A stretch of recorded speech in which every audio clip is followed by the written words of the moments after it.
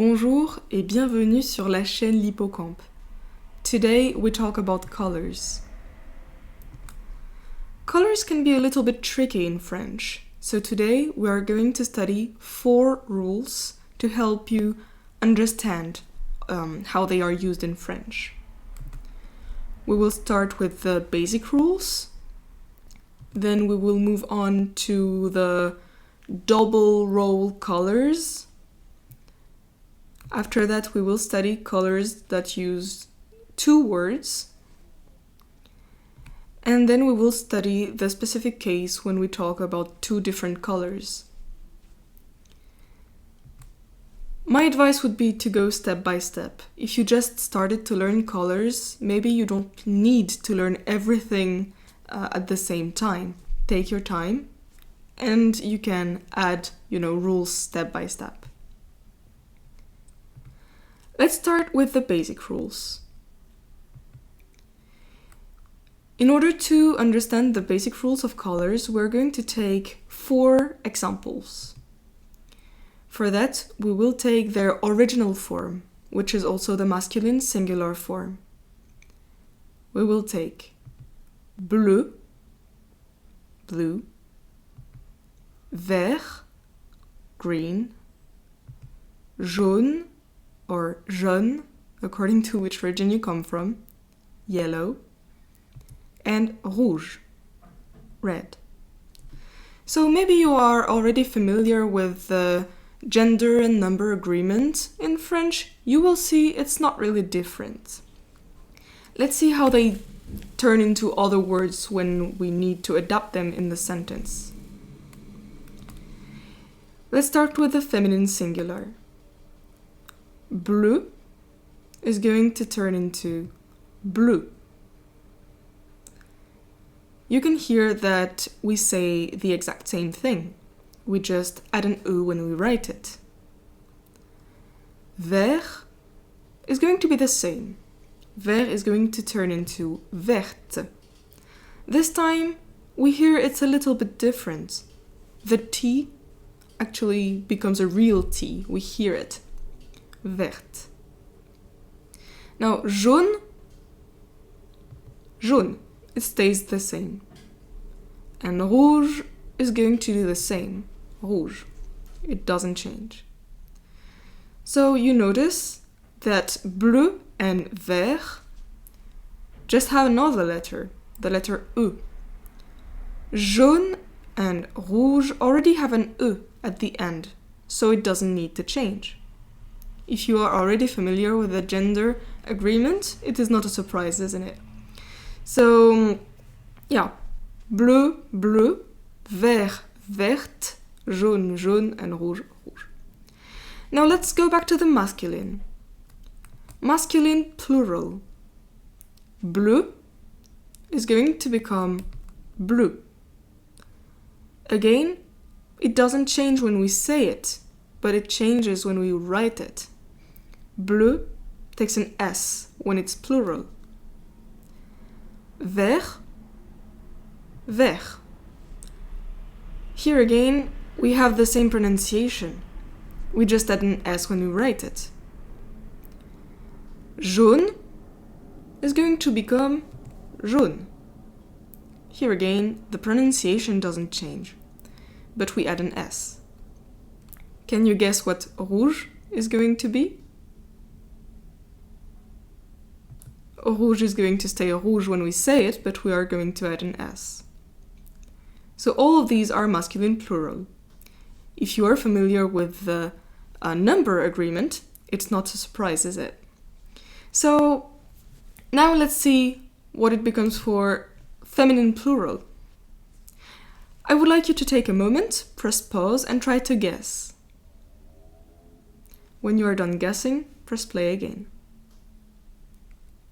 Now for feminine plural, bleu is going to stay bleu when we say it, but the spelling is going to change. We're going to add E, S, bleu. Vert is going to become verte. E, S at the end, and the T, we can suddenly hear the T letter, like the T. because we have an E at the end, so verte. Jaune is going to become jaune with an S at the end. It already had an E, right? The letter E, so it's the same.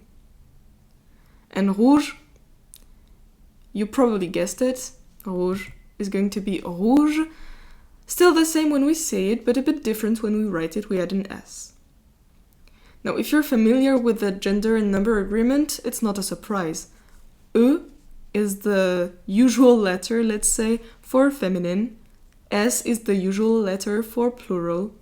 So ES together, the basic ending for feminine plural. So let's say the basic rule. Any word that ends with a consonant or a vowel, except for E, you add an E and it turns into feminine. You add an S for the plural and ES for the feminine plural. Of course, when the original word, like the masculine singular word, already ends with a E, it doesn't change when it's feminine. And you just add an S for the plural. Now let's check a few examples. Je porte un manteau bleu. I'm wearing a blue coat. Un manteau is masculine singular, so we use the original pattern, bleu. Je porte une robe bleue. Une robe is feminine, so bleu, we add an E at the end. Je porte des gants bleus. I'm wearing blue gloves. Un gant is masculine. Des gants is masculine plural. So bleu takes an S. Je porte des chaussures bleues. I'm wearing blue shoes. Une chaussure is feminine. Des chaussures is feminine plural. So bleu takes ES at the end. Now let's do the same with red. Je porte un manteau rouge. And je porte une robe rouge are the same. I'm wearing a red coat and I'm wearing a red dress. Un manteau is masculine, une robe is feminine, but rouge already ends with a E, so it doesn't change. And for the plural, je porte des gants rouges, je porte des chaussures rouges. Again, you notice, rouge already ended with a E, so we just need to add an S for both masculine and feminine plural. I'm wearing red gloves, I'm wearing red shoes. Now we have a specific case with the letter C at the end of a color in its original form. Maybe if you already studied a few colors, you know which color I am thinking about right now. When a color ends with the letter C, the feminine is going to be a bit different. We're going to add HE. Like HE is going to be the feminine singular. And then S, just S for masculine plural, and HES for feminine plural. The color I'm thinking about is blanc, white, blanc. Blanc is the original form of this color. You notice we don't pronounce the C. And it turns into feminine with HE, blanche, blanche. Be careful, if you're new to colors, it doesn't become blanche or blanc, really blanche. Now the masculine plural, blanc, we don't pronounce the C as well, blanc. And we have the same for the plural, blanche, blanche with an S. Let's see it in a few sentences. Oops, sorry. Elle porte un manteau blanc. She's wearing a white coat. Un manteau blanc. Un manteau is masculine, so un manteau blanc. Elle porte une robe blanche. Une robe is feminine, singular, so une robe blanche. Elle porte des gants blancs. She's wearing white gloves. Donc, blanc has an S, but we don't pronounce the C again. Elle porte des chaussures blanches. So she's wearing white shoes. Des chaussures is feminine plural, so blanche. C'est HES. So that's it for the first rule. The first rule of colors is really similar to the rest of the whole French language. Basically, you add an E when it's feminine, you add an S when it's plural, you add ES when it's feminine plural, except maybe for blanc where you add HES. It's a bit special, but it still follows the same rule. Now we are going to go on and see the second rule. What I personally call double roll colors. I'm going to explain all that. So what I call double roll color, the first one is marron. Marron means brown. Now, marron means brown, but it also means chestnut. It has two roles in the French language, both the color and the chestnut. Now, to give an example that is a bit more common in English, orange, orange, orange.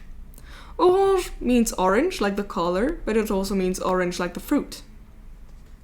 This is why I call it double roll colors. They have two roles in the French language. Now, what with them? What is going to happen? The rule is simple, I swear. Colors that are also objects, plants, animals, basically anything else, never change. So colors are basically adjectives. These colors are both adjectives and nouns, if you're into grammar words. So, let's see an example. Tu portes un manteau marron. Tu portes un manteau orange. So it sounds perfectly normal because, it's, masculine. Un manteau marron. Un manteau is masculine, so marron wouldn't change. Now we could imagine that you wear a brown dress would be tu portes une robe marronne, maybe with an E, but that is not the case. Tu portes une robe marron, tu portes une robe orange. Marron doesn't have an E or an E at the end, like a second N-E. It doesn't change at all. Tu portes une robe marron, tu portes une robe orange. Let's go on. Tu portes des gants marrons. Tu portes des gants orange. And you notice, des gants is masculine plural, but it doesn't change. Marron stays marron and orange stays orange. We don't add an S. Tu portes des chaussures marron. Tu portes des chaussures orange. Here again, feminine plural, but we don't add anything. They stay the same. So basically, when a color is also something else, or when an adjective of color is also a noun, it doesn't change, it doesn't agree. It works for many, many words, especially colors that are not so common, colors that we create when we need them, kind of. Let's see a few examples, like saumon, which is like salmon, and also some sort of pinkish, beigeish color related to the color of the salmon when we eat it. Taupe is some sort of grayish, brownish color, but it's also a mole, like the animal. Turquoise, turquoise tone, and also a blue-greenish color. Bronze, like bronze in French, which is bronze and brownish, goldish color, etc. So all of these don't agree in gender and number. Now, this is the basic rule when a color is also something else, an animal, a plant, a stone, an object, anything else. It is not supposed to agree in gender and number. But French wouldn't be French if it weren't for its exceptions, right? So we do have a few exceptions. So let's talk about it just a little bit. A few words actually agree in gender and number despite meaning different things, other things. Here are the most common ones. Rose, which means pink. It's also a rose, like the flower. This one actually agrees in gender and number for some reason. Maybe because the flower is not the same color as pink, or like not all roses are pink, right? Anyways, so rose, actually agrees in gender and number. Fauve, which describes like, big cats and a few other carnivorous animals. It's also a brownish color, which actually is very similar to said big cat's fur. So fauve is going to agree in gender and number. Violet. Violet, actually the feminine, violet, is a flower, and violet is also the color purple and violet. It's a bit of a mix, kind of. This one agrees as well in gender and number. Mauve, which is a flower, and, well, the color as well. Mauve in English, I'm not sure the pronunciation for this one. Which is a pale violet, like a pale purple. Écarlate, which is also a dye, like a sort of dye, and a deep shade of red. These are the most common ones. We also have another one, which is kind of known as an exception, but I don't use it that much. It's incarnat. But for now, we have quite a lot of exceptions already to learn. So these ones are the most common ones. Let's start here. So these are exceptions. Let's see a few examples. Il porte des chemises roses. Even if the rose is also a flower, rose is going to take an S. Il porte des gants violets. Even if la violette is also a flower, we do make it agree. Les gants violets. Il porte des chaussettes écarlates. Écarlate takes an S, etc. So basically, that's the main rule. When a color is also something else, it is not supposed to agree in gender and number, even though we have few exceptions, as we just talked about. Now, let's move on to the third rule. The third rule is also not too complicated in itself. We just need to remember one detail about it. So it's colors that have two words colors. So let's see what I'm talking about. When a color has an adjective or a noun following it and adding a detail to it, it doesn't agree in gender and number. It comes back to the same problem of agreement in gender and number. So what am I talking about? Foncé means dark. Foncé. Clair means pale. Clair. Now I wanted to take another example, like these ones are adjectives, but let's take a noun. Like canard.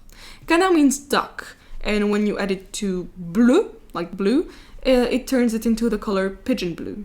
We're going to see that in a few examples. Je porte un manteau bleu foncé. Or je porte un manteau bleu clair. Or je porte un manteau bleu canard. Here everything seems normal, right? Because, un manteau is masculine, so it's the original pattern, the original form, it doesn't change that much. Okay. But let's change it for feminine now. Je porte une robe bleu foncé. Je porte une robe bleu clair. Je porte une robe bleu canard. Now we could imagine that une robe would be bleu with a E, foncé with another E. We could imagine bleu clair like bleu with a E, clair with a E. And bleu canard, same thing, maybe bleu canard, maybe, or something like that. It's not the case.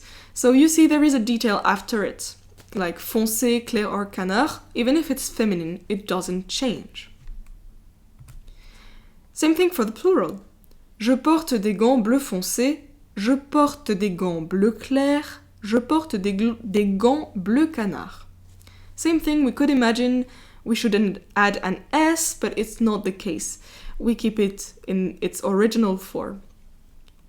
And lastly, je porte des chaussures bleu foncé. Je porte des chaussures bleu clair. Je porte des chaussures bleu canard. Again, you notice no mark of the feminine nor the plural. It stays the same. So when we have a second word adding a detail to the color, it doesn't agree in gender and number. Now, we have something else to talk about regarding this. It's when a color has another color adding a detail to it. It works the same.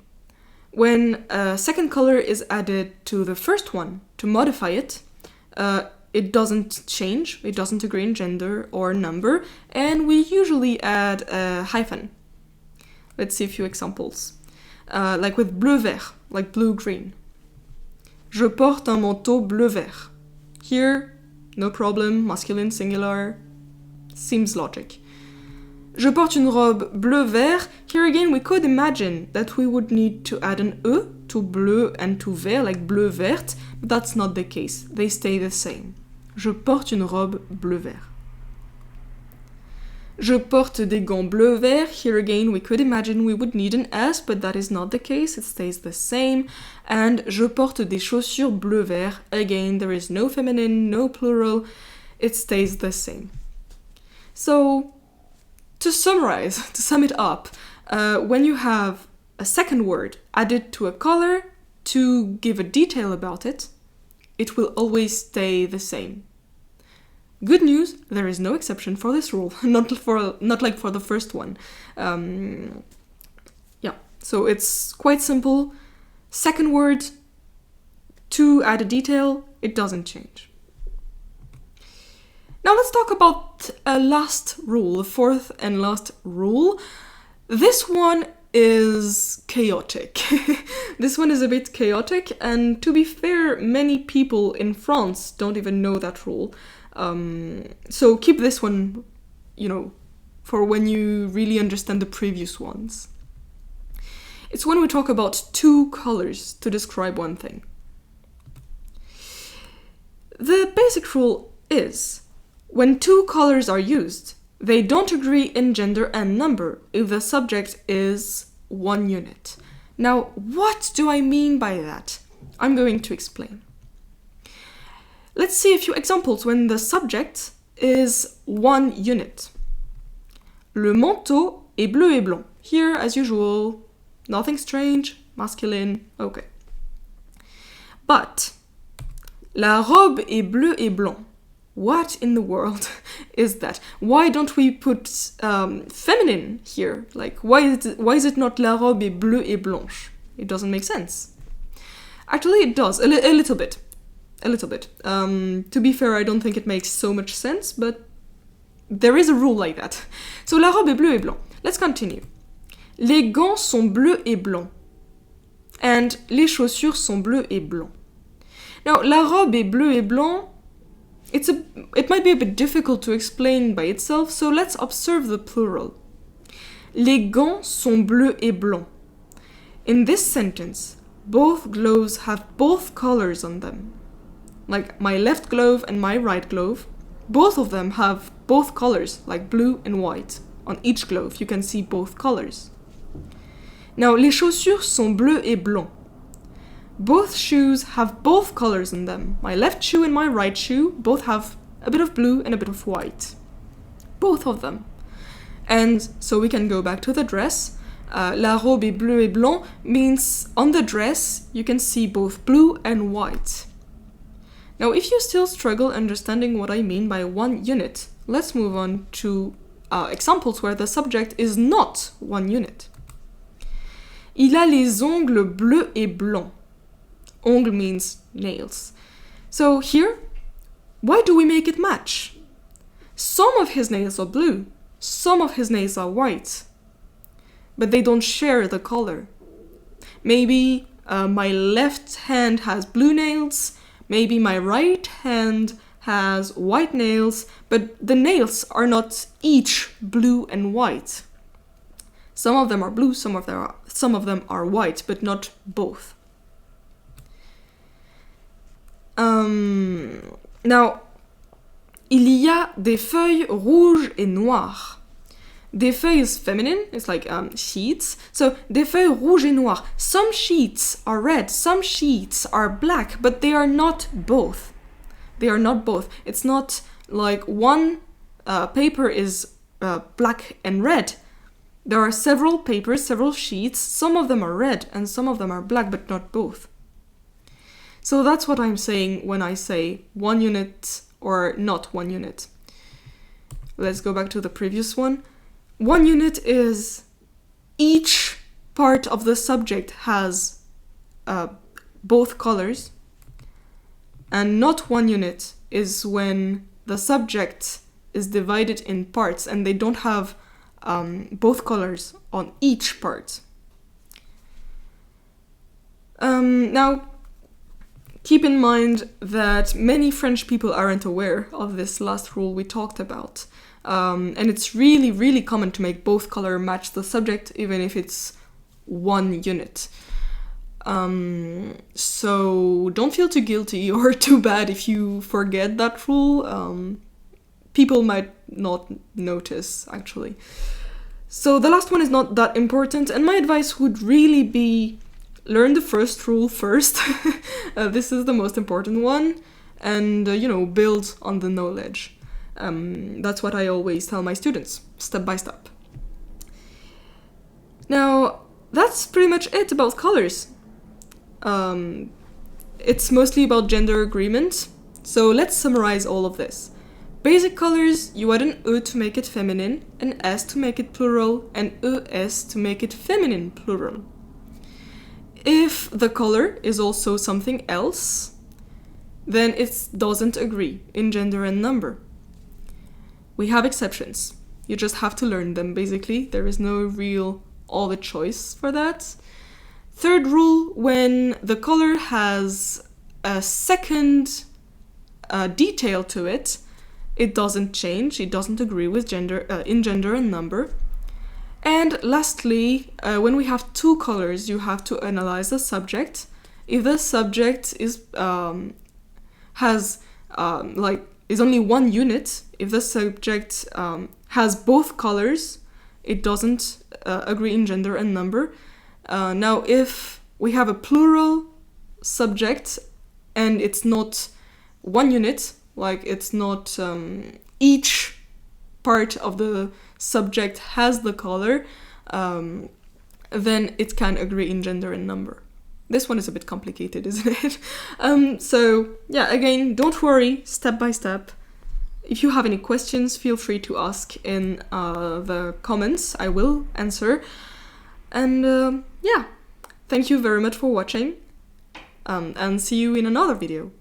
Bye!